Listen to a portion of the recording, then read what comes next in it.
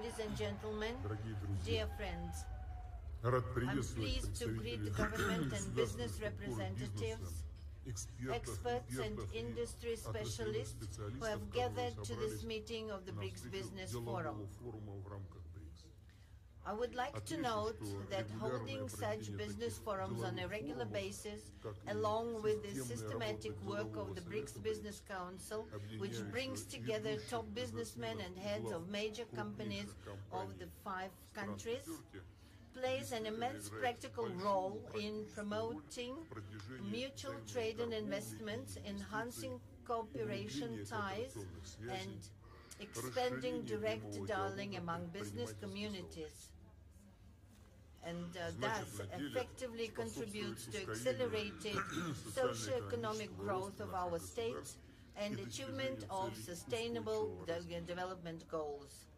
It is important that this forum focuses on such pressing issues as the post-pandemic economic recovery of the BRICS states, improvement of citizens' well-being, industrial modernization, development of efficient transport and logistics chains, stimulation of equitable technology transfers. These challenges and complex tasks have to be dealt with amidst the increasing volatility in stock, currency, energy and food markets, coupled with strong inflationary pressures stemming from, inter alia, the irresponsible large-scale money emission by a number of countries seeking to mitigate the effects of the pandemic, which has led to the accumulation of private and public debt. International economic situation is also seriously affected by the illegitimate sanction practice and illegal freezing of assets of sovereign states, which essentially amounts to the trampling upon all the basic norms and rules of free trade and economic life, norms and rules that not so long ago seemed immutable. Resource shortages, increased inequality, rising unemployment, and aggravation of other chronic problems of the world economy are the direct consequences. Prices for food, basic agricultural products and crops have skyrocketed, and it is the most vulnerable, poor countries that are hit hardest. Importantly, and in this circumstance, the BRICS states have stepped up their interaction, and our joint work to ensure economic growth and sustainable development brings concrete, tangible results. More and more joint projects are launched. Mutual trade is growing, industry contracts are expanding. Above all, our cooperation is based on the principles of equality, partner support, and respect to each other's interests. And that is what is the core of our association's forward-looking strategic course. The course that reflects the aspiration of the larger part of the international community, so-called global majority. The figures speak for themselves. Over the last decade, mutual investments among BRICS states have increased sixfold. Their overall investment in global economy have doubled, and their total exports have reached 20% of the world's exports. As for Russia, the trade volume with the BRICS partners has increased by 40.5%, and reaching the record of 230, even more than 230 billion. In the first half of this year, it grew by 35.6% as compared with the same period in 2022, and it reached 134.7 billion US dollars.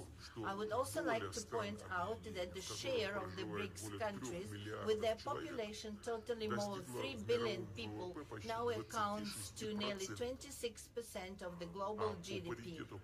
And our 5 countries are ahead of G7 in terms of purchasing power parity, with 35.1% against 30% forecast for 2023. The objectives and irreversible process of de-dollarization of our economic ties is gaining pace. We are working to fine-tune effective mechanisms of mutual settlements and monetary and financial control.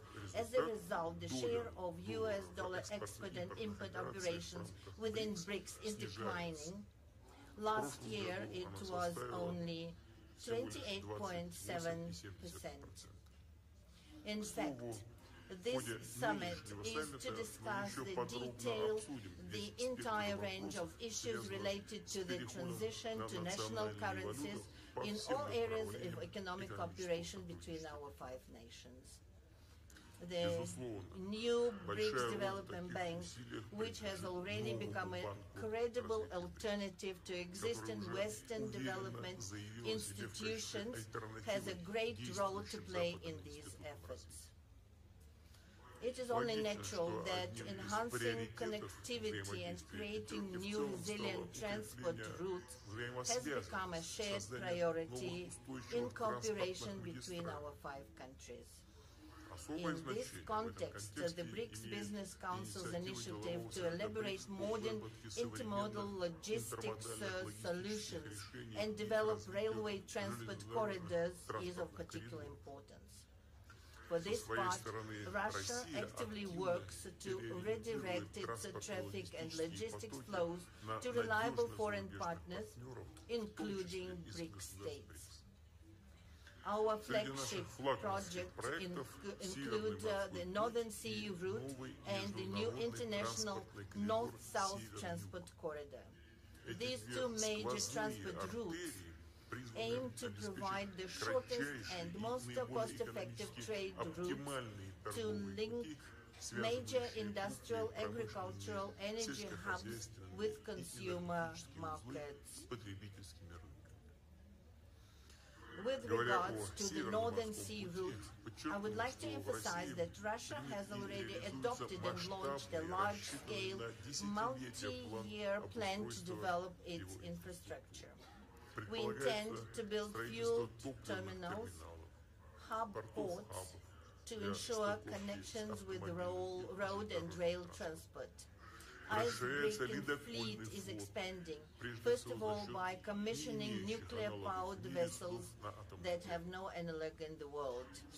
As for the North-South transport corridor, it will connect Russian ports of the Northern Seas and the Baltic and with offshore terminals in the Persian Gulf and Indian Ocean, thereby providing opportunities to increase cargo transportation between Eurasian and African countries. Besides, this will certainly give impetus to developing new industrial, trade, and logistics facilities along those routes. Russia stands for greater cooperation within the BRICS on reliable and uninterrupted supplies of energy and food resources to the world markets. We are consistently increasing supplies of fuel, agricultural products and fertilizers to countries of the global south and making a significant contribution to strengthening global food and energy security, addressing acute humanitarian issues, and fighting hunger and poverty in the countries in need. All these issues, in particular, were discussed in depth at the recent Russia-Africa summit. For example, last year, trade in agricultural products between Russia and African states grew by 10% and amounted to $6.7 billion. In January-June this year, it increased by another record 60%. Our country is and will remain a responsible supplier of food to the African continent. Russian grain exports to Africa amounted to 11.5 billion tons in 2022 and almost 10 million tons in the first 6 months of 2023. And this is despite the unlawful sanctions imposed on us that seriously hinder the export of Russian food products and complicate transport, logistics, insurance, and bank payments. Russia is being deliberately obstructed in the supply of grain and fertilizers abroad, and at the same time we are hypocritically blamed for the current crisis situation in the world market. This has been clearly seen in the implementation of the so-called grain deal, concluded with the participation of UN Secretariat and initially aimed at ensuring global food security, reducing the threat of hunger, and providing aid to the poorest countries. We have repeatedly drawn attention to the fact that in a year under the deal, a total of 32 million tons of cargo has been exported from Ukraine, of which over 70% have reached high and upper middle income countries, including the European Union, first of all. And only about 3% have gone to the least developed countries, less than 1 million tons.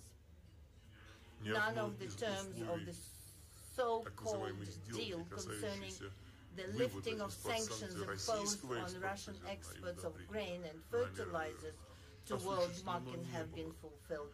Obligations to Russia in this regard have been simply ignored. Even our free transfer of mineral fertilizers blocked in European ports have been obstructed.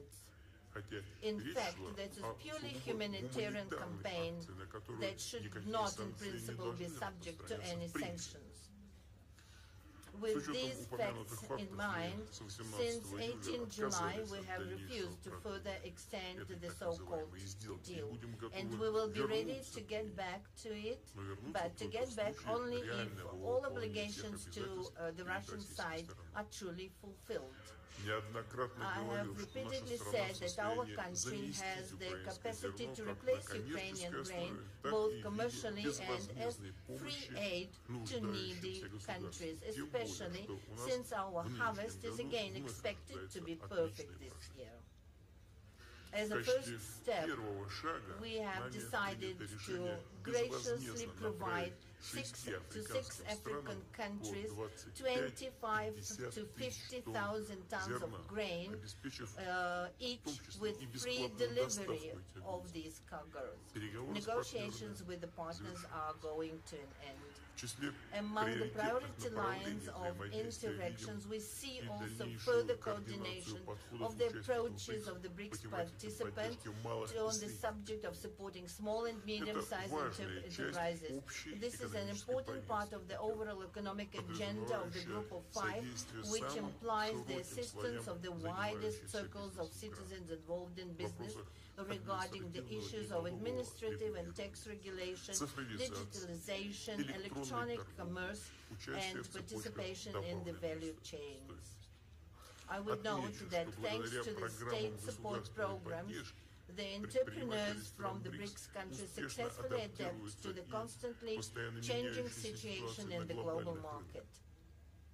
They find new partners, new sales channels, attract additional funding, and use more actively modern technologies. It is equally significant to continue to develop cooperation within the BRICS countries in the field of decarbonization of economy, reduction of man-induced impact on the nature, and adaptation to the changing of climate. Russia is ready to work jointly to promote more balanced approaches to the climate change in the international arena. Our country is consistently implementing the National Low Carbon Development Strategy. We plan to reach the carbon neutrality of the Russian economy not later than 2060, including through the introduction of technological innovations, modernization of infrastructure for access to affordable and clean energy, conservation of ecosystems on land and sea. We believe that the implementation of the climate goals can be facilitated by a variety of technologies, including those that have been in use for a long time already, such as nuclear generation, hydropower, gas motor fuel. To sum it up, I would like to reiterate that the multifaceted partnership and cooperation within the BRICS is not only makes a significant contribution to ensuring sustainable growth of our states, but also generally promotes the healthy global economy and successful achievement on the global development goals and targets